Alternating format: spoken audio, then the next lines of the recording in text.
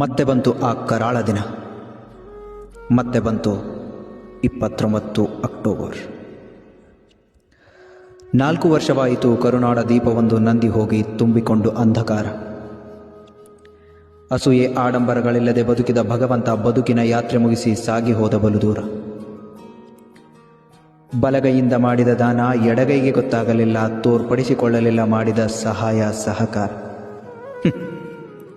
ಹೇಗಿದ್ದಿರಬಹುದು ಅವರ ತಾಯಿ ತಂದೆ ಅವರಿಗೆ ನೀಡಿದ ಸಂಸ್ಕಾರ.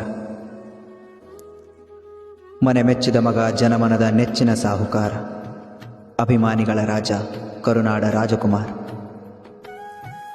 ಅವರು ಇವತ್ತು ದೈಹಿಕವಾಗಿ ನಮ್ಮ ಜೊತೆಗೆ ಇಲ್ಲದಿರಬಹುದು. ಅಭಿಮಾನಿಗಳ ಹೃದಯದಲ್ಲಿ ಮಾಡುತ್ತಿದ್ದಾರೆ ಅವಿರತ ಸಂಚಾರ. ವ್ಯಕ್ತಿ ಇಲ್ಲದಿದ್ದರೂ ಜೀವಂತವಾಗಿವೆ ಅವರ ಆಚಾರ ವಿಚಾರ. ಒಂದು ಮಾತು ನೆನಪಿರಲಿ, ನಮ್ಮೆಲ್ಲರ ಪರಮಾತ್ಮ ಅಪ್ಪು ಎಂದಿಗೂ ಅಜರಾಮರ.